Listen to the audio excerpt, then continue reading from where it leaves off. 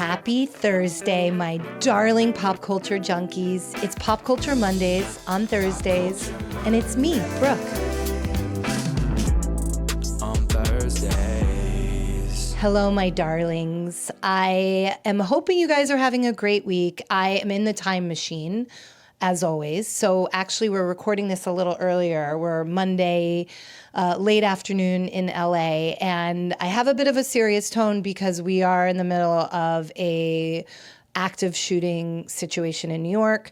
I should say we are just out of the active shooting situation in that it's been confirmed that the shooter is dead. But it is just another week, another mass shooting. But New York City, this is an unusual one. You don't generally have guys walking in. I mean, if you've seen the gun, by Thursday, everyone will have seen it. It's like an AR or an AK. It's one of those long rifles, like a huge power rifle. And he's walking right in. It's a building on Park Avenue, like 51st. It's where the NFL is headquartered. It's where KPMG is headquartered. It's a huge skyscraper. I think it took place on like the 31st, 32nd floor. This guy walked right in. As we're recording this, we have reports that the police officer that did confront him has been killed. I know there were other victims. I don't know if they... what their state is as of now, but we're recording this in the midst of all of this. It's all unraveling. As a New Yorker, as somebody who's walked up and down that street countless times, it just makes my blood boil, my heart hurt, my brain hurt, like how we can be in this moment, how guns can be legal. I mean, this guy is walking around Midtown Manhattan, gets into the building. I don't even understand how that happens. Like, I don't understand. Granted, he sometime like around 6 p.m. Eastern time, so not in the middle of the most trafficked of times, but I don't understand how this happens. I don't understand how somebody could walk in from the streets in New York City you see people all around him, and he has got a mass weapon of destruction walking into a high-rise building with some of the world's most powerful, like Blackstone is in there. I mean, so the reports that he's from Las Vegas, but also reports that he used to work in the building and is likely a disgruntled employee or was a disgruntled employee. So we're going to get into pop culture and try to find some lightness in this really, really sad, terrible moment in time. But I feel like this is just now the norm, though New York is obviously not the norm, but there was a mass stabbing in a Walmart. There was like every day there's something. This is just, we are not okay as a society. You know, we need a little bit more fun, a little less divisiveness and negativity in the world, because this is just getting, I mean, one shooting was one more than we should have. And now it's just the like commonplace, whether it's a school, whether it's a church or a place of worship, whether it's an office building, whether it's a retail store, whether it's a parking lot, whether it's a playground. I just, like, what we saw in horror movies is coming to life. So I just wanted to preface that by saying that's the moment in time we are in. But I do want to get into some fun stuff. I am just on the heels of having published the newsletter. I generally like a little bit more time before I record because inevitably, something more fun on the pop culture side comes out between when I've published to when I record the podcast. But schedules are schedules, life is life, so here we are. Until this becomes my full-time job, we are at the mercy of my other schedule, which is my job, my actual job. Can we all relate to that? But the newsletter, if you have read it, awesome, love you, thank you so much. If you haven't read it, totally okay. We're going to talk about some of the things that I talked about this week in the newsletter. My biggest topic this week, though, we're focusing on brands that have hired blonde white women to do a campaign for them. And I say this looking in a mirror. I understand in the newsletter, I put myself as blonde for obvious reasons. Let's be clear. Though I think that 90% of the blondes out there are not actually blonde. So also, let's be honest, I'm going to break it to all of the men on the dating apps that 90% of women with blonde hair have a lot of help in that department, myself included. So the two brands that I'm talking about and campaigns and actresses, talent, are very different. They are different types of companies. They are different types of actors, influencers, however we want to call them. They are different generations. So let me just break it down before we get into all the details. The first one I'm going to get into is the denim brand, the jeans brand, American Eagle, and their brand collab, as they call it, with Sydney Sweeney. And then the other company is a company we talked loads about last week, which still is an unknown in terms of really what they do, though they try to get over that hump with this campaign, is Astronomer. And Astronomer is the AI company that was in the center of the Coldplay KISS Cam scandal. The CEO, now former CEO, and the head of HR, now former head of HR of Astronomer were caught kissy-kissy having an affair. We all know that story. They got called out by Chris Martin of Coldplay. Chris Martin's ex-wife is Gwyneth Paltrow, and the brand hired Gwyneth Paltrow, and we're going to talk about it. Let's go back and let's go talk about American Eagle and Sydney Sweeney. She's incredibly talented. She's incredibly beautiful. People are mesmerized by her. She is known, I think initially really came into the scene through Euphoria, where she plays a bit of a sex pot, very broken, damaged girl, as all the characters are on that show. If you haven't seen it, check it out. But she's catapulted into being a movie star, and she's really well known now. My fear for her is that maybe she's got bad management. I don't know. Maybe I know her manager. I don't know. But they're really, really leaning into this sex pot, sultry, Lolita type of thing. Her voice changes, all of that. Before I even try to talk more about it, let's roll the ad, as they say, or the campaign, so you can see what I'm talking about. My body's composition is determined by my genes. Hey, eyes up here. And I definitely won't say that they're the most comfortable jeans I've ever worn. Or that they make your butt look amazing. Often determining traits like hair color, personality, and even eye color.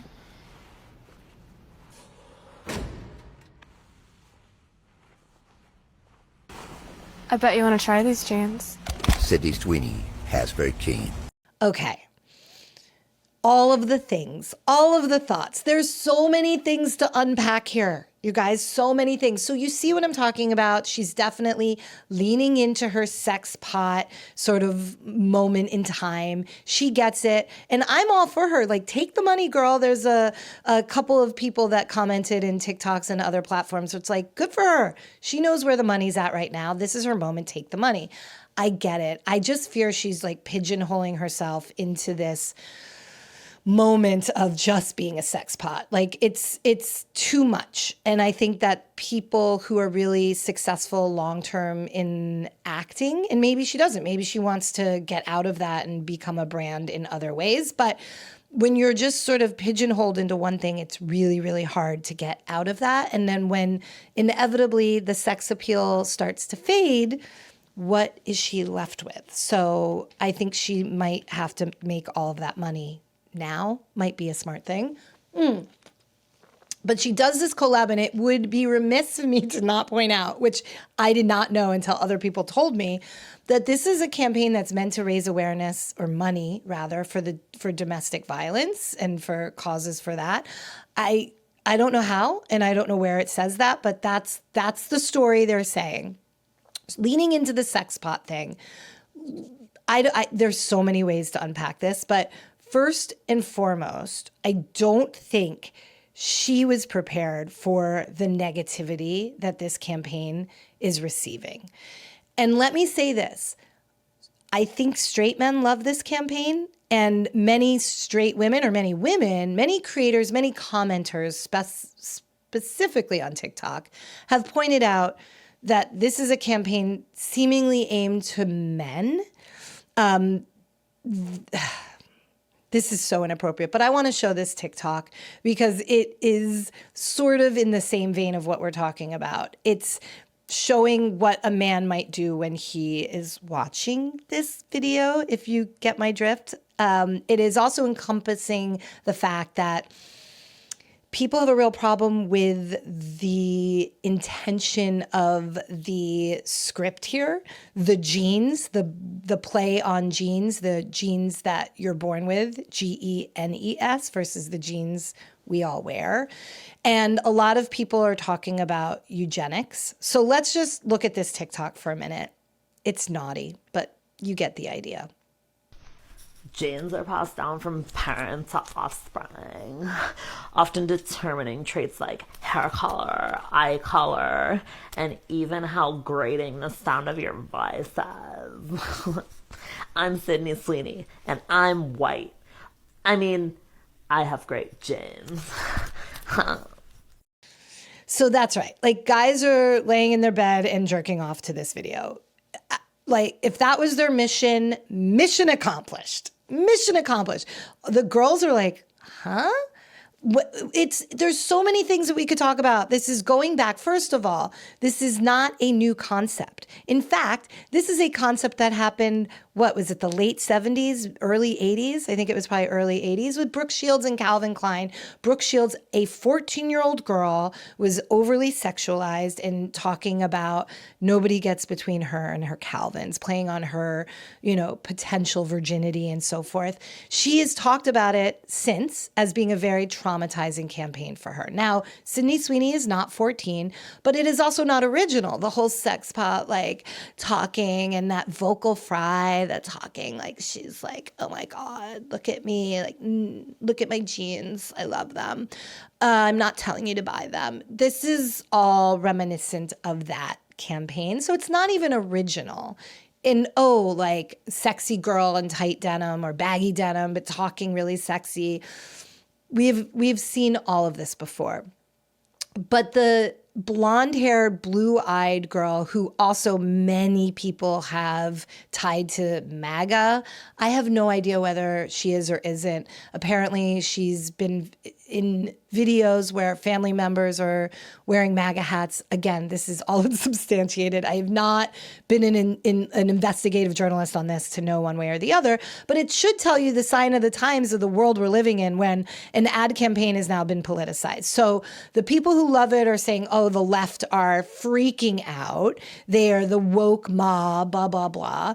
And the woke mob are like, what the fuck is wrong with you? This is an overly sexualized bullshit. And like, how is this about selling jeans? Now, I will say on the flip side, there are people that have gone so far as to tie it back to the CEO who is Jewish and is pro-Israel, and so therefore shouldn't be allowed to exist. We're in a horrible moment in time. Nobody is making any sort of sense or rationalization here. What I will say is that, do I love this campaign? I just think she's better than this. And I think that's cheap. I think it's just like so obvious. But the jeans thing, there are so many people in a room talking about it, from the brand agency that they hired, creative agency, to her people, to all of the different people that would be in a room and sign off on this. None of them were like, I wonder if people are going to maybe make a connection to eugenics. Now, for those of you, I just want you to know I've done my homework, or I should say ChatGPT, my boyfriend, did its homework. And that is the definition of eugenics. Not everybody knows, or maybe you think you know, maybe you're just too lazy to look it up. So I'm going to read it to you. Eugenics is the study or belief in the possibility of improving the genetic quality of the human population, typically by encouraging reproduction among people with desirable traits, positive eugenics, and discouraging or preventing reproduction among those with perceived undesirable traits, negative eugenics. And the idea is that, it's very like somebody said in a TikTok, well, here, I'll play that TikTok. Wait, I thought that the super sexed up American Eagle ad with Sydney Sweeney with all the eugenics and Aryan race overtones being for domestic violence awareness was a joke. I thought that was a joke that people were making. You mean to tell me that this is actually trying to raise money for domestic violence awareness? What do you mean? What do you mean? What? I feel like Jennifer Lawrence in Hot Ones. What do you mean? That's crazy. That's such a who pitched that to the marketing team? Because what does that have anything to do with domestic violence? Oh, and before anybody's like, oh, this is marketing genius because people will actually buy it because of Sydney Sweeney and will raise money, you're welcome. I need you to look at me and out loud say the words, I have never cared about domestic violence before this. And then you can just scroll now, okay? You don't gotta comment anything on my video. I already know that about you. Don't gotta tell me twice. So the whole issue of Sydney Sweeney has got good genes. Sydney Sweeney has good genes. They could have made that to where that's not feeling eugenics and weird and icky about a blonde, blue-eyed young white girl. And they could have done a whole series of people in multiple age ranges, sizes, and colors. And it could be a Black woman. It could be a Latino woman. It could be a gay woman. It could be somebody with short hair, somebody who's a little bit heavier. And I don't think that's woke. That's just what society looks like right now. This isn't DEI. I am not saying that it's DEI for DEI's sake. I just think that's a much more interesting and beautiful and resonating campaign. I think more people will resonate with that and be like, yes, I see myself represented, and American Eagle speaks for me. I just think it's better business. You're not going to isolate all these people. And instead, the reaction is everyone is allergic to it. I mean, the very customer.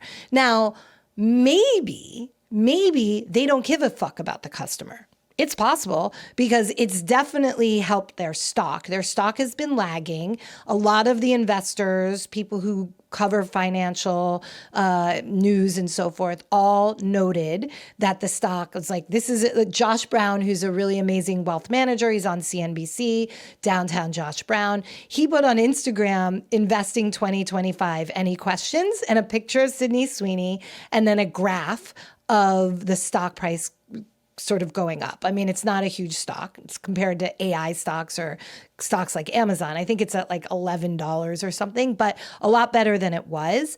But you have to think long game here. And who is your customer long game? There's only so many young, white, blonde women you're going to speak to. And there's an entire swath of the population for whom you not only ignored, but you really pissed off. You really pissed them off. So the backlash is wild, but it's also so obvious. I don't mean to toot my own horn, but if I was in that room, and maybe they'd fire me because they're like, Brooke's such a downer, but I'd have to play devil's advocate and be like, has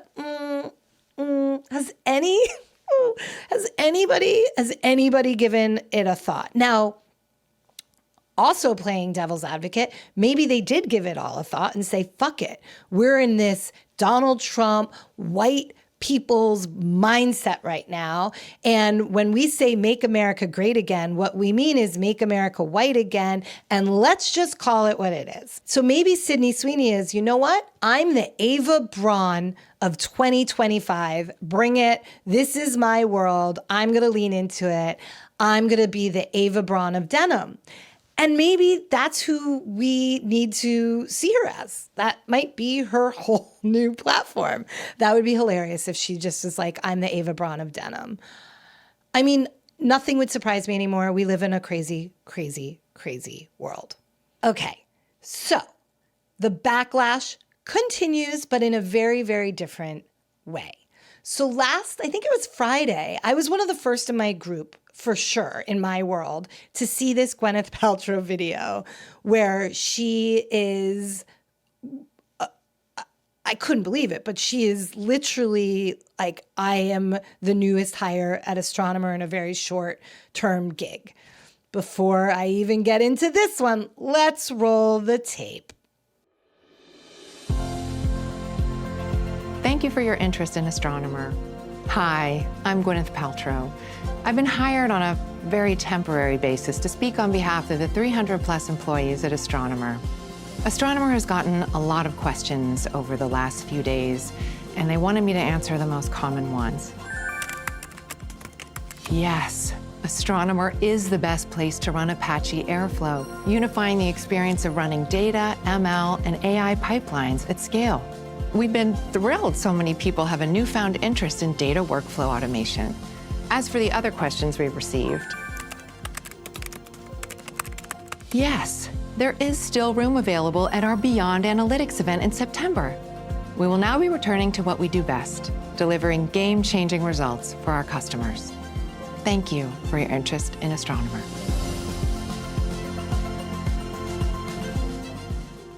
Okay.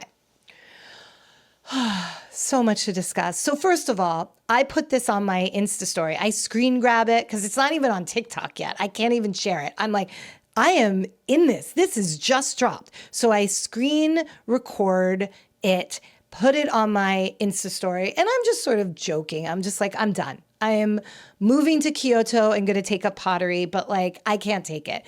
And what I meant by that, while I was being tongue-in-cheek, is just like, are we really here? This scandal was just sort of, I know I said last week that this has legs and it's going to continue, and I hate when I'm proven right. I was like, there's going to be multi-levels to this, and here we are, but I didn't anticipate this. So Gwyneth Paltrow is the ex-wife of Chris Martin, the consciously uncoupled ex-wife of Chris Martin. Chris Martin, the lead singer of Coldplay, who looked up into the stands and said, let's look at this couple on the KISS cam. And when they dropped, stopped, and rolled, was like, they're either the shyest couple in the world or they're having an affair. Like fucking psycho. Loved it. There are real people involved, though, right? Like, this guy has a wife who is a private citizen who did not ask for any of this, and seemingly, from the people I know who know her, was madly in love with her husband and thought everything was awesome. And they have children. Now, granted, they are grown-up kids. I don't know if they're teenagers or young adults, but doesn't matter. There are still human beings at the center of this who are mortified, heartbroken, crushed, devastated. The world for which they are familiar has been yanked from them, and a new reality has set in. And the head of HR, the former head of HR, she's a human too. And while I don't know if she has children, she has stepchildren, she has a husband. There are all of these people that are involved that have real lives and real emotions, and their worlds have all come crashing down and realities have changed. And so I love a sense of humor. I do, but not at the expense of even one person's feelings. And that one person is actually several people, and these are real humans, private citizens. And it just felt icky to me, just like, as my mom would say, NOKD, not our kind dear. It just felt icky. But then I was like, well, what is Gwyneth doing? What is the reason?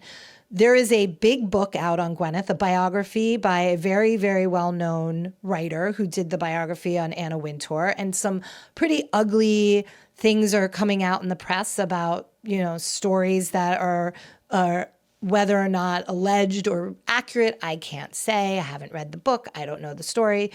I do know Gwyneth socially back in high school, in college, in my REM days. There was lots of partying with her, lots of smoking cigarettes with her, lots of doing other things with her. So, we're of the same moment in time, same age, same everything, same place in our realities of growing up.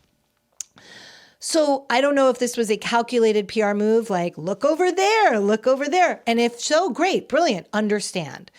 Was it a cash grab? Did she just get offered millions of dollars and can't say no? Maybe. And is that like, how much more money does she need? Okay. Who's to say? I'm not looking at her bank account. She has a big life. Is it possible that her ex-husband, father of her children, might be at the center of a potential lawsuit, and therefore this is her helping him out? I don't know how that would work. Some people have suggested this on the internets, but the response in this one is really interesting. Really, really interesting. So I have never gotten more feedback. And when I say feedback, I mean comments, DMs to something that I post. I had more than 200, which is huge for me because I'm not like, it's not like I have tens of thousands of followers. Well, I guess I do, but not 20,000 followers. So the response though, of course, give or take, there were a few people on either side of it, but for the most part, straight women hated it. Now, I don't know if that's because it is hard for them because they think of what it would be like if they were in the wife's shoes. Also possible. I don't know if they have just like a weird vibe with Gwyneth. Possible. I don't know. But for the most part, straight women, all generations. I heard from people in their 20s, 30s, 40s, 50s, 60s, and 70s. 98% hated it. This is just some of the commentary. This is my favorite one.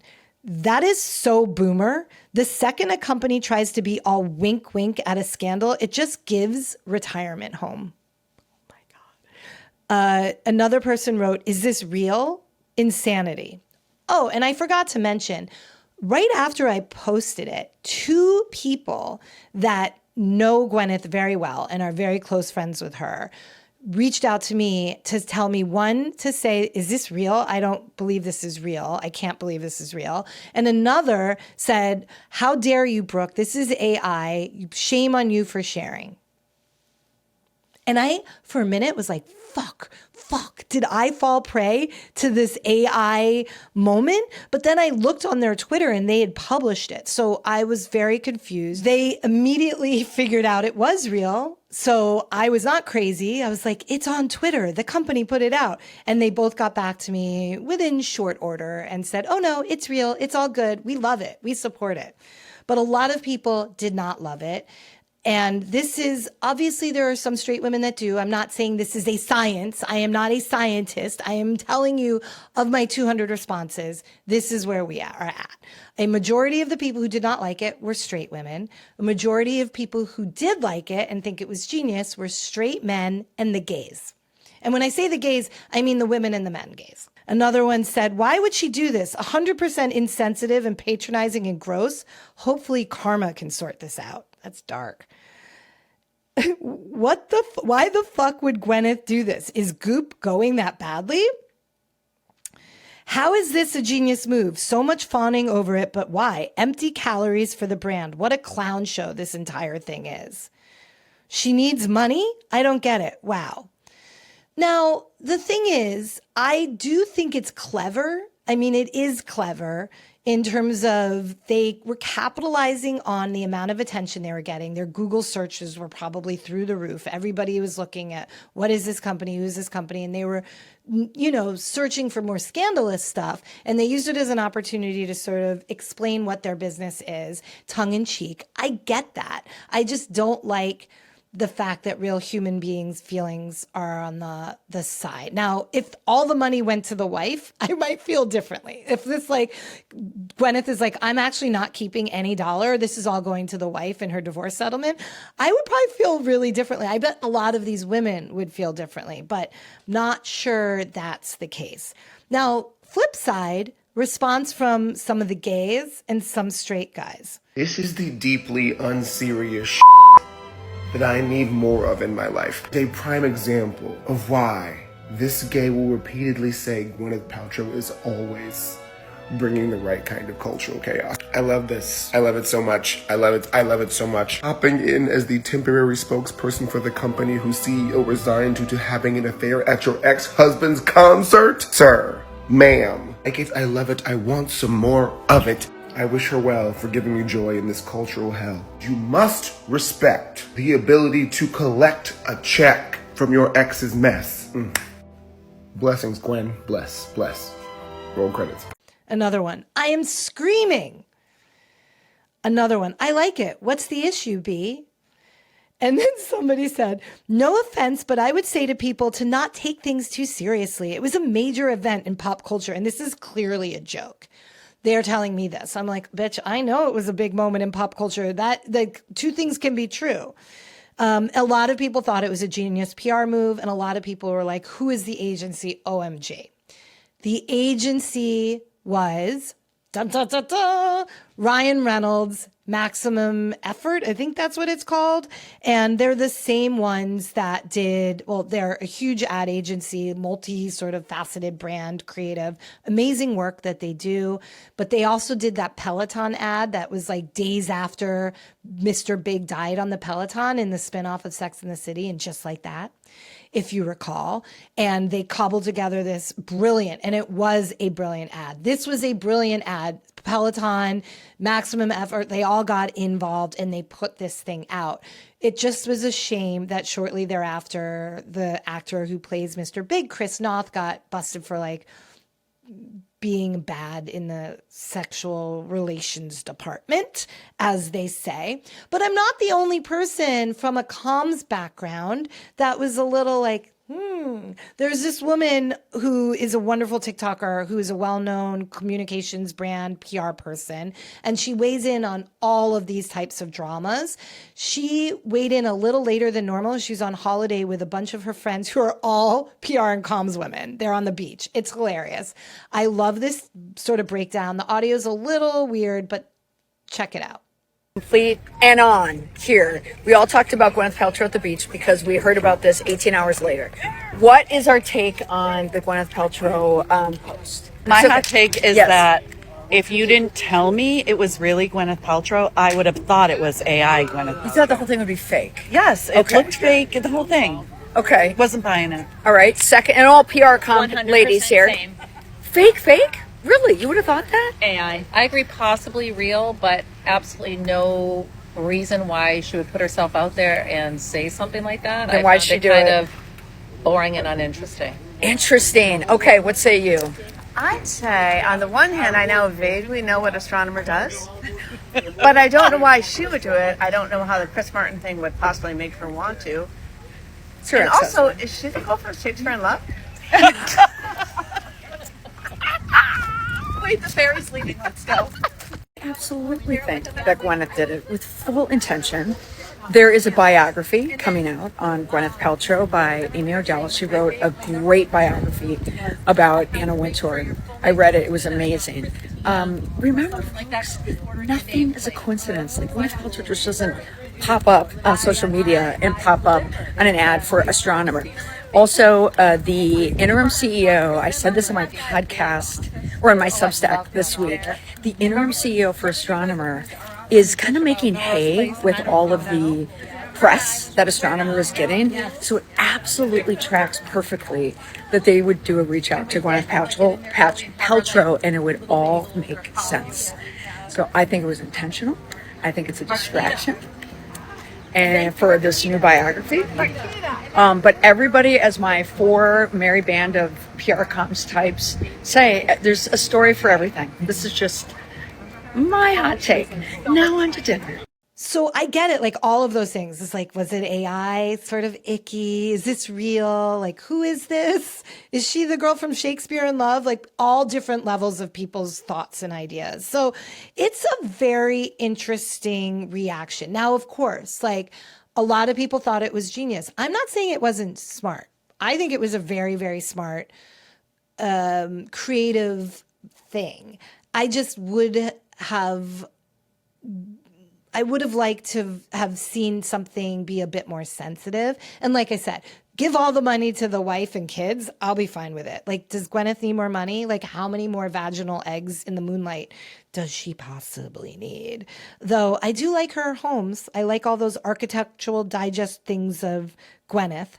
Now, we had a lot of other things going on. There's some trends that I want to talk about, but it's just visual. Go into the newsletter. There's this thing called the Nicki Minaj trend. In case any of your children or friends are wearing very high heels and sort of crouching down and standing on one foot whilst like drinking wine or reading a book, that's the Nicki Minaj challenge. Have fun.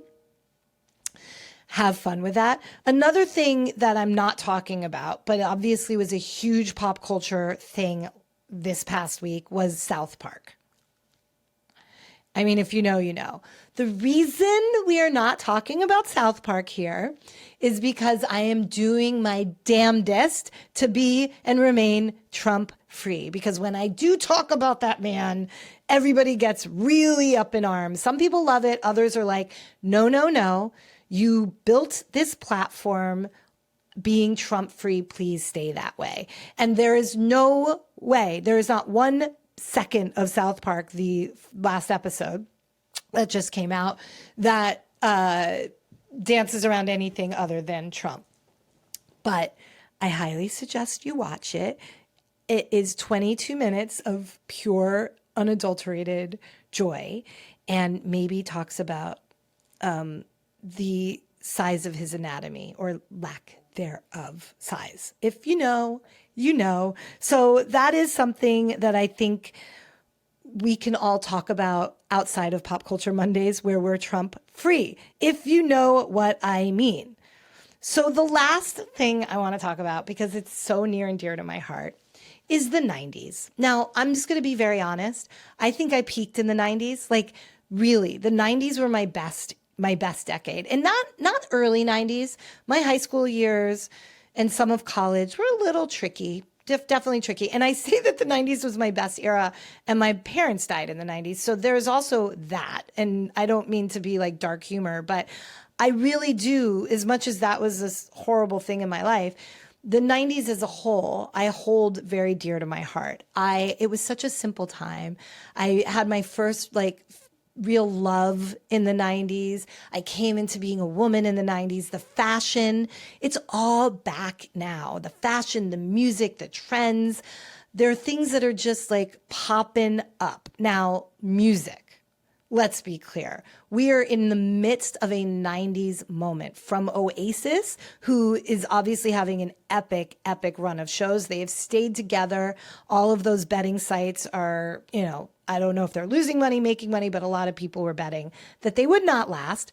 They would have some blow up on tour. So far, it's been an unbelievable success.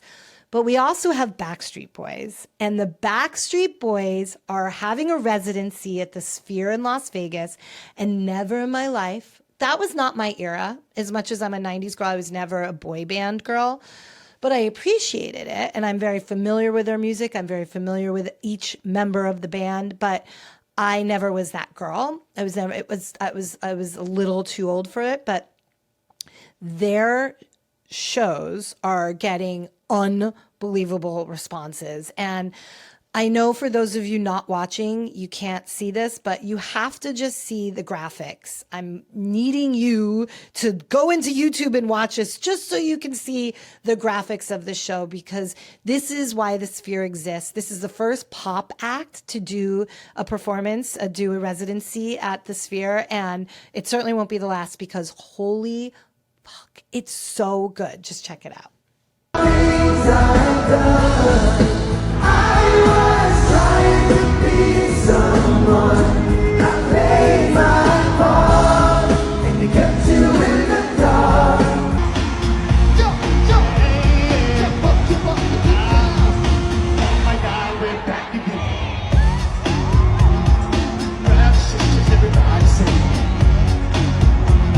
Backstreet's back tonight. Yeah, I am so into it. In fact, I have I hope they extend the residency, but if not, I'm trying to get out there in the next 2 weeks to go and check it out, because it's spectacular. I mean, truly. So you have Oasis, you have Backstreet Boys, could not be opposite ends of the spectrum.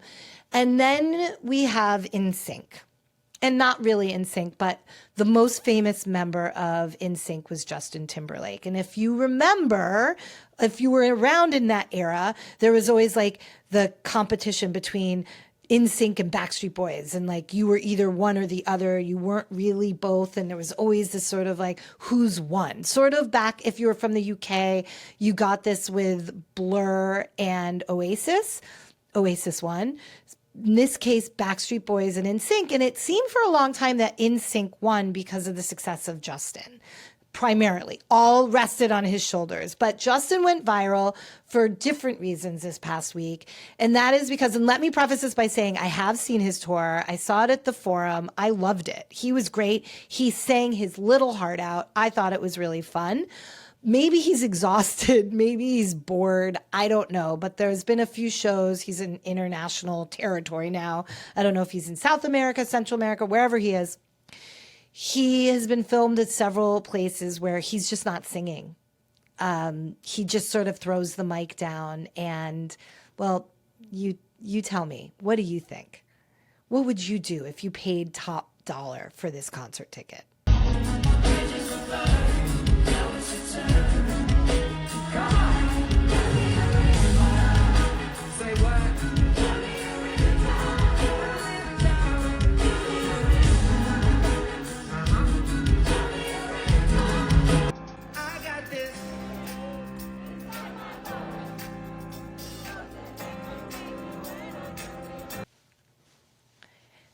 He's just putting the mic out and he's just dancing. Now, we don't know. Maybe he's having voice issues and he didn't want to cancel. He could communicate that, though, to his fans. He could just say, guys, I am hanging on by a thread here. That would be so relatable. But instead, he just sort of is like, And I do think this TikTok creator who talks about the fact that Backstreet Boys have won is maybe correct in this moment in time. On behalf of all NSYNC fans, I think it's safe to say we lost. Backstreet Boys won. I mean, they're putting on insane shows at the Sphere and getting residencies. And Justin Timberlake not only will not perform with the guys, won't even perform on his own. Jesus, how the mighty have fallen. My heart goes out to you, NSYNC fans. But no, cry me a river, as Justin Timberlake says. But I think he's doing just fine. He's a very talented young man. And it's just him, you know? I'd love to see NSYNC come back and do a tour or do a residency at the Sphere. That would be awesome. Like, first Backstreet Boys and then NSYNC. I mean, come on. We are ready for it. It is a 90s moment. And by the way, this little image is from, or this video is from a Gracie Abrams concert.